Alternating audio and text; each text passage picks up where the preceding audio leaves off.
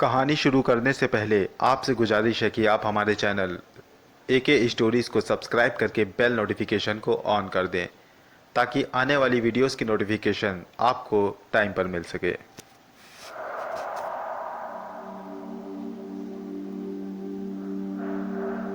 बात उन दिनों की है जब नसीम को सब कुछ जानने का शौक पैदा हुआ था। उन दिनों वो अपनी जवानी की दहलीज पर कदम रख चुका था। नए उमंग और जोश से भरा हुआ नसीम हर चीज को जानने के लिए बाल की खाल तक निकाल देता। पढ़ाई से लेकर मैकेनिकल फील्ड तक उसने अपना हाथ आजमाया था।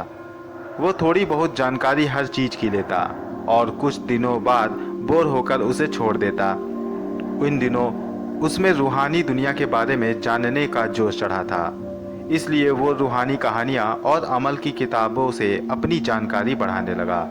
उसके मन में अब रूहानी चीज़ों को महसूस करने और उनको देखने की बात घूमती रहती और ये शौक उसका इतना बढ़ गया कि उसे जिन और भूतों को देखने और उनसे बात करने का मन करने लगा। लेकिन उसे कोई ऐसा अमल मालूम न था कि जिससे वो जिन्न को देख सके। अमल की जानकारी के लिए वो काजी और मौलवियों से जाकर मिलने लगा।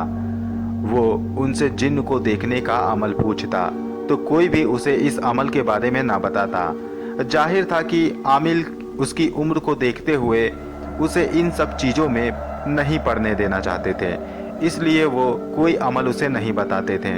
लेकिन नसीम को भी जिन्न देखने की धुन सवार थी।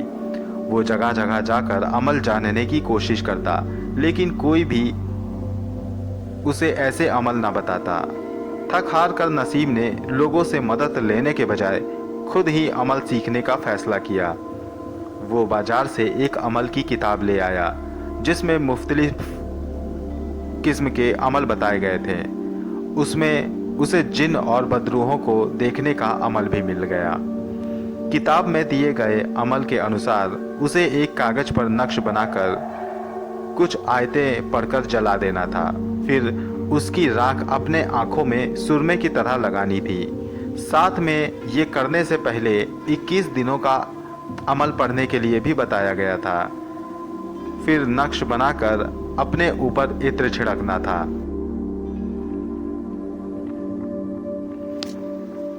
इत्र छिड़कने के बाद फिर बाहर किसी बियाबान में जाकर कुछ देर तक टहलना था। नसीम ने सब कुछ वैसे ही किया।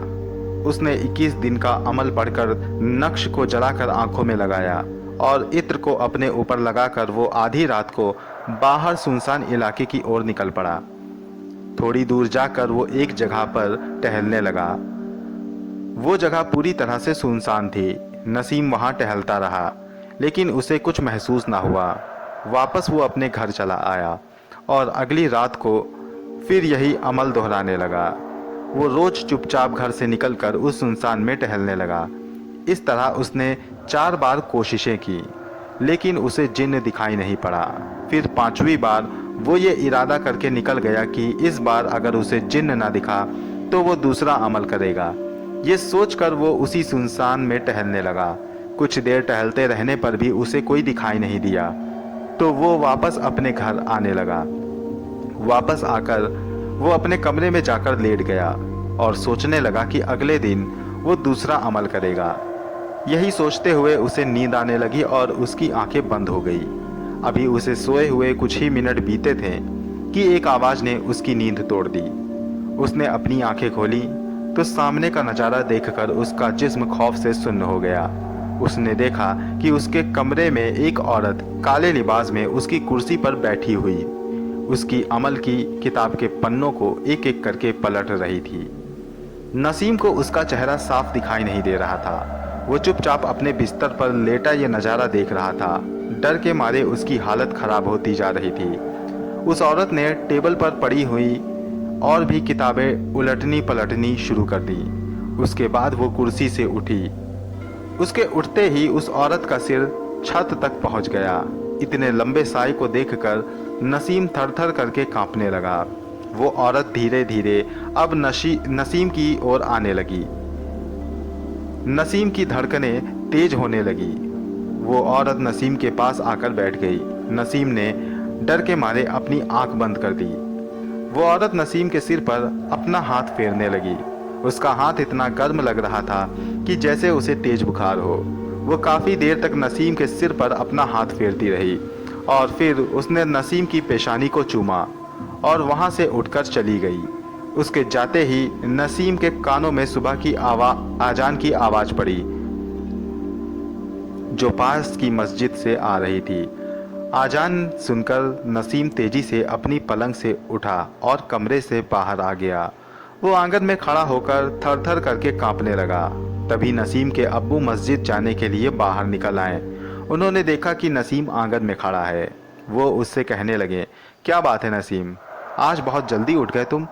नसीम उन्हें सब कुछ सच सच बताना चाहता था, लेकिन उसे डर था कि कहीं ये सुनकर उसके अब्बू उसे बाहर कहीं भी आने जाने से रोकने ना लगे। इसलिए उसने सुबह की सैर का बहाना कर दिया। उसके अब्बू उसकी बात सुनकर मस्जिद चले गए, लेकिन नसीम के दिल में खौफ अभी भी कायम था। उसका जिन्न देखने का शौक उड़न छू हो चुका था। उस पल से वो अब खौफ के साए में जी रहा था। दिन चढ़ा तो वो अपने कॉलेज गया, लेकिन वहाँ भी उसके दिल में खौफ समाया हुआ था। वो दिन भर रात के वाक़यों को सोचता रहा। दिन बीता और नसीम घर वापस आ गया। रात को उसने अपने छोटे भाई को अपने साथ कमरे में लेटने को कहा तो उसने साफ इनकार कर दिया। इसलिए नसीम ने अपने दादाजी के कमरे में जाकर सोने का इरादा कर लिया। वो अपने दादाजी के कमरे में गया और उनसे मच्छर लगने का बहाना बताया, तो दादाजी ने उसे अपने कमरे में लेटने की इजाज़त दे दी। दादाजी का साथ पाकर नसीम थोड़ा नॉर्मल हुआ और जल्दी ही उसे नींद आ गई। आधी रात के वक्त नसीम को फिर किसी की आहट सुनाई दी। नसीम की आंखें खुली। उसने देखा कि दरवाजे की ओर रात वाली औरत नसीम के पास चली आ रही है। ये देखकर नसीम डर के मारे कांपने लगा। वो अपने दादाजी को जगाना चाहता था, लेकिन अपने जिस्म को वो हिला तक नहीं सका। वो अपना हाथ उठाना चाहता था, वो चीखना चाहता था, लेकिन उसके जिस्म का कोई भी हिस्सा काम नहीं कर रहा था, सिवाय उसकी आंखों के, जो सिर्फ पलक झपका सकती थी या बंद हो सकती थी। उसका पूरा जिस्म सुन पड़ गया था। उसके हलक से आवाज़ भी नहीं आ रही थी। वो औरत नसीम के पास आकर बैठ गई और उसके सिर पर अपना हाथ फेरने लगी। नसीम बहुत खौफजदा था। नसीम ने उस औरत के चेहरे की ओर देखा तो उसकी चमकती हुई आंखें देखकर उसने डर के मारे अपनी आंखें बंद कर ली, लेकिन वो औरत नसीम के सिर पर हाथ फेरती रही। फिर इसी तरह रात बीती और सुबह की आज़ान होने लगी। आज़ान सुनते ही वो औरत नसीम से बोली, आज मैं जा रही हूँ, लेकिन कल फिर आऊँगी। इतना कहकर वो वहाँ से गायब हो गई। अब नसीम का हाल बुरा था। उसने अपने दादाजी को सुबह सारा वाक़या बयान कर दिया। उसके परिवार में सभी खौफजदा थे। नसीम के दादाजी उसको किसी बाबा के पास ले गए। उन्होंने नसीम के सिर पर हाथ रखा और नसीम से उसका नाम पूछकर अपनी आंखें बंद की और मन ही मन कुछ पढ़ने लगे। फिर उन्होंने आंखें खोली और नसीम के दादाजी से कहा, जो औरत नसीम के पास आती है वो एक जिन है और वो आसानी से नसीम का पीछा नहीं छोड़ेगी। वो नसीम के पास जब भी आती है इसका पूरा जिस्म सुन्न कर देती है ताकि वो बोल ना सके, और उसके जाते ही नसीम एकदम ठीक हो जाता है। वो आसानी से इसका पीछा नहीं छोड़ेगी, इसके लिए काफ़ी तरकीबें करनी होंगी। इस पर नसीम के दादाजी ने कहा, लेकिन ये जिन हमारे बच्चे के पीछे लगी क्यों है? बाबा जी ने कहा, नसीम ने ही अमल करके इसे अपनी ओर खींचा है और अब वो इसे आसानी से छोड़कर नहीं जाएगी, क्योंकि नसीम ने अमल पूरा नहीं किया। अब नसीम के दादाजी बाबा से काफ़ी मिन्नतें करने लगे। बाबा जी ने थोड़ा सोच विचार कर नसीम को पीने के लिए अमल पढ़ा हुआ पानी दिया और एक तावीज़ भी पहनने के लिए दिया और आइंदा से उसे कोई भी अमल ना करने की हिदायत दी। नसीम घर आ गया। उसे घर में भी सभी से डांट पड़ी। नसीम के सिर से भी जिन्न को देखने का भूत उतर गया था। इस वाक्य के 2 साल तक नसीम के साथ कोई घटना तो नहीं घटी। वो जिन्न भी उसे नहीं दिखती थी। 2 साल के बाद एक दिन नसीम अपने आंगन की चारपाई पर बैठा हुआ पढ़ाई कर रहा था। तभी उसके दादाजी खेत से आए और नसीम को साथ में बाजार चलने को कहा। नसीम पढ़ाई रोककर उनके साथ चला गया। उनके जाने के 5 मिनट बाद ही नसीम के दादाजी फिर घर में दाखिल हुए और अंदर आकर चारपाई पर बैठ गए और नसीम को बुलाने लगे। उन्हें देखकर नसीम की मां ने उनसे कहा, नसीम तो अभी तुरंत आपके ही साथ बाजार गया था। इस पर दादाजी ने कहा, मैं तो अभी आया हूँ खेत से, फिर नसीम को कैसे ले जा सकता हूँ। उनकी बात सुनकर पूरा परिवार हक्का बक्का रह गया। उनके दादाजी तुरंत बाहर जाकर नसीम को खोजने लगे, लेकिन अब देर हो चुकी थी। नसीम का कोई अता पता नहीं चला। उन्होंने रिपोर्ट लिखवाई और इधर उधर तलाश जारी रखी, लेकिन कोई फायदा न हुआ। बाबा जी से पूछने पर उन्होंने बस इतना बताया कि उसे वही जिन्न ले गई है जो रात में उसके पास आती थी। अब वो शायद अपने पोते को कभी नहीं देख पाएंगे। आज भी नसीम लौट कर नहीं आया है। उसके दादाजी और पूरा परिवार आज भी उसके वापस आने का इंतजार कर रहे हैं, लेकिन शायद वो ये नहीं जानते कि वो अब जिन्नातों के गिरफ्त से कभी नहीं छूट सकता। दोस्तों, ये थी आज की अपनी कहानी। इस कहानी से हमें इतना जानने को मिलता है कि जब कभी हम पुरस्कार ताकतों से या पुरस्कार दुनिया से छेड़छाड़ करने की कोशिश करते हैं तो हमें नुकसान ही उठाना पड़ता है। ऐसे कोई भी जिन्न जैसी मखलूक से राब्ता नहीं कर सकता। इसके लिए हमें बड़े आलिमों की ज़रूरत पड़ती है और वो भी ज़रूरत पड़ने पर ही ऐसा करते हैं। इसीलिए हमें गैबी दुनिया से बिल्कुल छेड़छाड़ नहीं करनी चाहिए जब तक कि हमारे पास पूरा इल्म ना हो। दोस्तों, कुछ ऐसा ही वाक़या पेश आया हमारे दोस्त अब्दुल्ला के साथ। अब्दुल्ला भी जिन्नातों को देखने और उनसे बात करने की काफ़ी कोशिशें करता था। उसका मन करता था कि वो उनसे मिले और उनकी दुनिया में जाकर उन्हें समझने की कोशिश करे। उसे ये नहीं मालूम था कि ऐसा नहीं हो सकता, लेकिन वो नादानी में ही उनसे राब्ता करने की कोशिशें करता था। वो जगह जगह जाकर जिन्नातों से मिलने और उनसे बात करने का अमल ढूंढा करता था। कोई भी उसे आसानी से अमल नहीं देता था, लेकिन एक दिन न जाने कहां से उसे एक छोटा सा अमल मिला जिसे 41 दिन तक करना था और फिर उसके सामने उस अमल को 41 दिन के करने के बाद उसके सामने जिन्न हाजिर होने थे। वो बड़े शौक से उस अमल को करने लगा। अमल करते हुए 10 दिन बीत गए। 10 दिन तो उसके साथ कोई भी वाक़या पेश ना आया, लेकिन 11वें दिन उसे अजीब अजीब सी आवाज़ें आने लगी।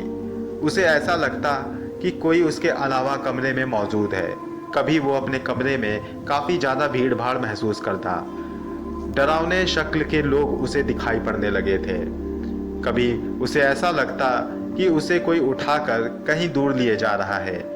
कभी उसे शोर शराबा सुनाई देता तो कभी किसी के चीखने और चिल्लाने की आवाज़ें सुनाई देती। कभी उसके कान में कोई चिल्लाता तो कभी उसे ऐसा लगता कि उसे किसी ने छुआ है। इन सब चीज़ों से वो काफ़ी डर चुका था, लेकिन उसने हिम्मत नहीं हारी। वो अमल पड़ता जा रहा था। अब उसे तरह तरह के जानवर और सांप दिखाई पड़ने लगे थे, लेकिन वो इन सब वाक्यों से डर कर भी ये अपने अमल में लगा रहा। उसके बाद 12वां दिन आया। 12वें दिन वो कुछ डर कर ही सही, लेकिन अपने अमल को करने लगा। 12वें दिन एक आदमी उसके सामने आया जो काफ़ी लंबा चौड़ा था। उसने सामने आकर उसे सलाम किया और कहा, मैं हूँ जिन्न जिसके लिए आप अमल कर रहे हैं और अब आपको अमल करने की कोई ज़रूरत नहीं। आपकी मोहब्बत देखकर ही मैं 11वें 12वें दिन ही यहाँ पर चला आया। अब आंखें खोलिए और हमारे साथ चलिए। मैं आपकी हर मुराद पूरी करूँगा। अब आप अमल बंद कर दीजिए। जिन्न की बात सुनकर अब्दुल्ला ने सोचा कि शायद उसका अमल पूरा हो चुका है और उसे अब अमल को वहीं रोक देना चाहिए। और यही अब्दुल्ला की सबसे बड़ी गलती साबित हुई। अब्दुल्ला ने अपना अमल बंद कर दिया और हिसार से बाहर निकल आया, और हिसार से बाहर निकलते ही उसे कोई होश ना रहा। जब उसको होश आया तो उसने खुद को अस्पताल में पाया। उसके जिस्म की एक भी हड्डी ऐसी नहीं बची थी जो तोड़ी ना गई हो। जब उसे अपनी हालत के बारे में पता चला तो उसने अपना सर पकड़ लिया।